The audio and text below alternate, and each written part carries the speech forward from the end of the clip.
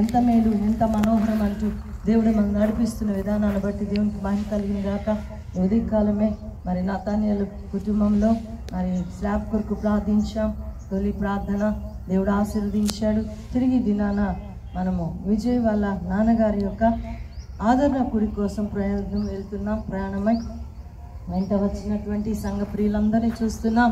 నిజంగా ఇంత గొప్ప సాక్ష్య సమూహం మన మధ్య ఉంటుండగా ప్రభు సన్నిధి మన వెంట రావడానికి ప్రభు కృపతోడుగా ఉంచబడి దేవుని యొక్క నామంలో ఆ ప్రయాణాన్ని సఫలపరచడానికి టెంపో డ్రైవర్ ఉన్నారు. టెంపోలో బయలుదేరి వెళ్తున్నాం. దాన్ని కూడా మీకు చూపిస్తాము. అందరము కలిసి క్షేమంగా షాగనం వరకు వెళ్ళడానికి ప్రభువు తోడై సంరక్షించినట్టుగా ప్రార్థిద్దాం. సర్వోన్నతుడా, సర్వశక్తిమంతుడా, నీ ఘనమైన నామానికి వేలాది వందనాలు, కోట్లాది స్తుతి స్తోత్రాలు చెల్లిస్తాం. ఈ యొక్క మంచి దినాన్ని బట్టి నీకు వందనాలు ప్రభా. ఈ దిన పరిచర్యను మీరు ఎరిగిన మా తండ్రి నీకు స్తోత్రాలు అయా. ఇదిగో తండ్రి, తొలుతగా నీ యొక్క సన్నిధి మా వెంట వచ్చి ఆ కుటుంబాన్ని దీవించారు. తిరిగి దేవా చాగనం వరకు మేము వెళ్తూ ఉంటుండగా నీ ఆత్మ నడిపింపు మా వెంట ఉంచండి. మీ ఆత్మ సన్నిధిని మాకు తోడుగా ఉంచండి. అలాగే మీ పరిశుద్ధాత్మ శక్తి మమ్మల్ని వెంటాడుటకు, వెంబడించుటకు, మమ్మల్ని నడిపించుటకు కృప చూపమని వ్యాన్ డ్రైవర్లో మీరు ఉండండి. వచ్చిన ప్రతి బిడ్డను ప్రభా క్షేమకరంగా నడిపించి మీ నామానికి మహిమ తెచ్చుకోమని తండ్రి, కుమార, పరిశుద్ధమైన సర్వశక్తి గల నామములో తిరిగి వచ్చి మిమ్మల్ని స్తుతించడానికి కృప చూపిస్తారని యేసయ్య నామములో వేడుకొంచున్నాం తండ్రి. దేవుడిచ్చిన గొప్ప సహవాసాన్ని బట్టి దేవుని నామాన్ని స్తుతిస్తున్నాం. నిజంగా ఇటువంటి కార్యాలలో మనం పాల్గొనడానికి ప్రభు మన ఆత్మలో ప్రేరేపిస్తూ నూతన బలంతో, నూతన శక్తితో ఈ యొక్క గ్లోరియస్ క్రైస్ట్ మినిస్ట్రీస్ నడిపిస్తున్న విధానాన్ని బట్టి ప్రభుకు మహిమ కలుగును గాక. చూడండి, మనం అందరము టెంపోలో వెళ్తున్నాము. మరి సాయిదాపురం వెళ్తూ దానిపైన ఉన్న చాగనంకి వెళ్ళడానికి, అక్కడ తిరిగి ఈ యొక్క ఆదరణ కూటం చాలా సక్సెస్ అవ్వడానికి ప్రభు ఆత్మ తోడుగాక. Say hallelujah everybody, lift up your hands and say hallelujah, hallelujah, hallelujah, hallelujah. Praise Lord. క్రీస్తు నామములో మీ అందరికీ కూడా శుభములు తెలియజేస్తున్నాను. ఈ ప్రత్యేకమైనటువంటి జనవరి 10వ తేదీన ఈ బుధవారం ఎందుకు మీతో ఇక్కడ చేరున్నామనేదాన్ని ఒకసారి జ్ఞాపకం చేసుకున్నాం. చెన్నై గారు అసిస్టెంట్ ఇంజనీర్గా ఉంటూ తన ఇరిగేషన్ డిపార్ట్మెంట్లో డిసెంబర్ 27వ తేదీన రాత్రి కాలంలో ప్రారంభ చేర్చబడ్డారు. వారి యొక్క ఆదరణ పొందుతూ మనందరినీ కూడా ప్రేమపూర్వకంగా ఆహ్వానిస్తున్నాం. చెన్నై గారి యొక్క ఆదరణగా కర్మకు చేర్చబడి 10వ దినం ఈ దినము కుటుంబం మరి ఆదరణ, అలాగే చెన్నై గారి యొక్క ఆత్మశాంతి కలిగినట్టుగా ప్రార్థన ప్రారంభించినట్టుగా పరిశుద్ధమైనటువంటి ఘనమైనటువంటి నామములకు వేలాది స్తుతులు స్తోత్రములు వందనములు చెల్లించుకుంటున్నాము.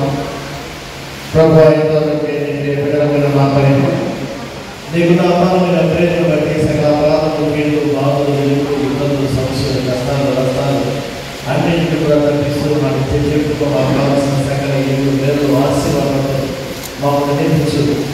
ఏదో జ్ఞానంలో మమ్మల్ని నడిపించి ఏదో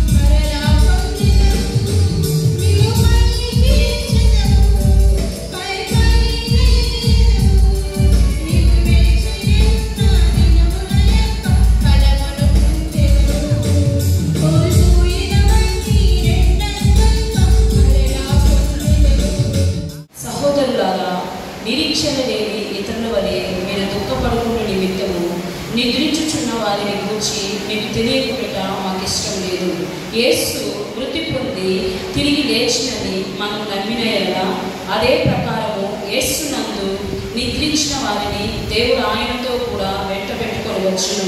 మేము ప్రభు మాటలను బట్టి మీతో చెప్పినదేమనగా, ప్రభు రాకడ వరకు సజీవులమై నిలిచి మనము నిద్రించు వారి కంటే ముందుగా ఆయన సన్నిధి చేరము.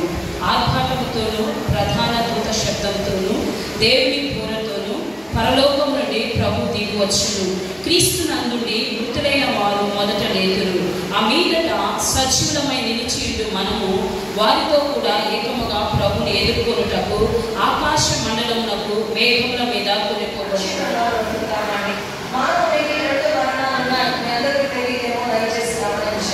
మొదటి మరణము సర్వసాధారణమైనది, కానీ రెండవ మరణము ప్రభు తెలుసుకోలేని వాళ్ళు, అలాగే ప్రభు ఇది విశ్వసించలేని వాళ్ళు మన దేవుని యొక్క మాటల నుంచి మనం చూసుకుంటూ వెళ్తే ప్రకటన గ్రంథంలో ఒక మాట ఉంటుంది. రెండవ మరణం ఎవరంటే జీవ గ్రంథంలో వారి పేరు రాయని వాళ్ళు. వారి ప్రకటన గ్రంథము 21వ అధ్యాయము 8వ వచనంలో పెరిగి వారు అవిశ్వాసులు, అసహ్యులు, నరకంతులు, వ్యభిచారులు, మాంత్రికులు, విగ్రహారాధకులు, అబద్ధికులు అందరూ అగ్ని గుండములలో మరి అగ్ని గంతులలో అగ్ని గుండములలో పాల్గొన్నది రెండవ మరణం. అంటే మరణం రెండు రకాలుగా ఉంది.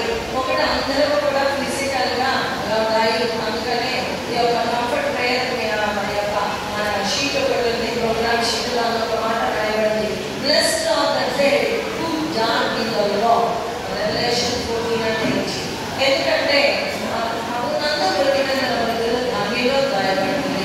కానీ బ్లెస్డ్ ఆఫ్ ద డెడ్ చనిపోయిన తర్వాత కూడా ఆశీర్వదించిన వాళ్ళలో కానీ చెన్నై గారు చేర్చబడ్డారు. అది దేవుడికి మహిమాత్రం. ఎందుకంటే వారి యొక్క సతీమణి గారు ఎంతో ప్రార్థనతోటి భక్తితోటి తన యొక్క భాగస్వామి అయినటువంటి చెన్నై గారిని దేవుని యొక్క రాజ్యం స్వతంత్రించుకోవడానికి నడిపించారు. దేవుని మహిళలుగాక అలాగే వారి ప్రార్థనని ఫలించేయగాక. మరి ఇంకో మాట రాయబడుతుంది సంఖ్యాకాండంలో 20వ అధ్యాయం 10వ వచనంలో, నీతి మంతులకు వరకు మరణం నాకు లభించుగాక. ఎవరు మాట్లాడతారు మాటంటే విలాము ప్రవక్త మాట్లాడుతున్నాడు. మనందరం కూడా దేని కోసం ప్రార్థించుకోవాలంటే, ప్రభువా మొదటి మరణం సర్వసాధారణం కాబట్టి నువ్వు పిలిస్తే వచ్చేస్తా, కానీ రెండవ మరణం అగ్నిగంధాలలో మండుగుండాలలో నా ఆత్మ పడిపోతూ ఉండాలంటే నేను కూడా రక్షణ పొందగలగాలి. మనం రక్షించబడిన తర్వాత కూడా మనందరం ప్రార్థన చేసుకోవాల్సింది. నీతి మంతులు కలిగేటువంటి మరణము నాకు లభించాలని ప్రార్థన చేయగలగాలి. నిజంగా నీతి మంతులు కలిగే మరణం ఎంత చక్కటి యొక్క ధన్యతండి. మరి ఇదంతా చెన్నై గారు మరి దేవుడి రాజ్యానికి వెళ్ళడం అంటే అప్పటి వరకు మాట్లాడుతూనే ఉన్నారు. భార్య పిల్లలతో మాట్లాడుతున్నారు. అంతేకాదు మనవడు కూడా పక్కన వేశాడు. అంతేకాదు నేను వాష్రూమ్కి వెళ్ళాలన్నాడు. వెళ్ళొచ్చాడు, కాళ్ళు కడుతున్నాడు. కడిగిన తర్వాత ఇంకొక మాట్లాడుతున్నాడు. అయ్యో నీ పాలు తాగుతానన్నాడు. పాలు కూడా దేవుని యొక్క వాక్యానికి సాదృశ్యం చూస్తున్నాం. మరి గ్లాస్ పాలు తాగాడు. అంతేకాదు భార్య మాట్లాడుతునేది తన నోటి కూర్చోబెట్టుకున్నాడు. కూర్చోబెట్టుకుని ఆయన చెప్తున్నాడు, చిన్నప్పుడు వెళ్ళి పాడుతూ అంటున్నాడు. ఎందుకంటే నన్ను దేవుని దగ్గర తీసుకెళ్తానని నేను వెళ్ళాలి కదా. అంటే వెళ్ళి పాడుతూ అంటున్నాడు. మీరందరూ కూడా పలుకోండి. తనకు కూడా తెలుసు తను శాశ్వతమైనటువంటి నిద్రలో వెళ్ళిపోతారని. అంతా చెప్తూనే ఆలోచనగా అందరి ముందు కూడా దేవుడి ప్రాణాలను పిలిచాడు. ఈ యొక్క ఆత్మ దయచేసిన దేవుని యొక్క వెళ్ళిపోగలిగింది. ఎందుకంటే దేవుడు స్తుతించిన విషయాన్ని బట్టి. అందుకే మరణం గురించి మనము మరణం తర్వాత బ్రతుకుతున్నా అంటే విషయం బ్రతుకుతా ప్రపంచానికి కదా ఆయన ఊరితో లేచినాడు. కాబట్టి మనం కూడా ఆయన విశ్వసించున్నాం. కాబట్టి మనం కూడా లేకపోతున్నాం. ఆయన పునరుద్ధరణ ముందే నేను విశ్వసిస్తే, ఆయన మరణాన్ని జయించిన దేవుడిని విశ్వసిస్తే నేను కూడా ఒక దినాలు లేకపోతాను. హల్లెలూయా.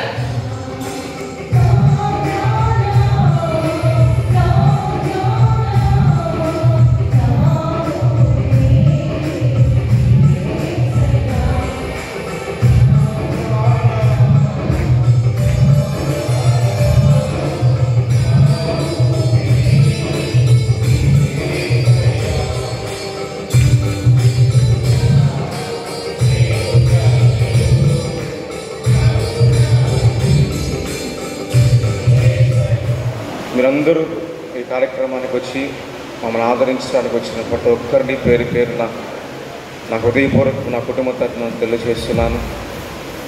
మీ ఆదరణ, మీ యొక్క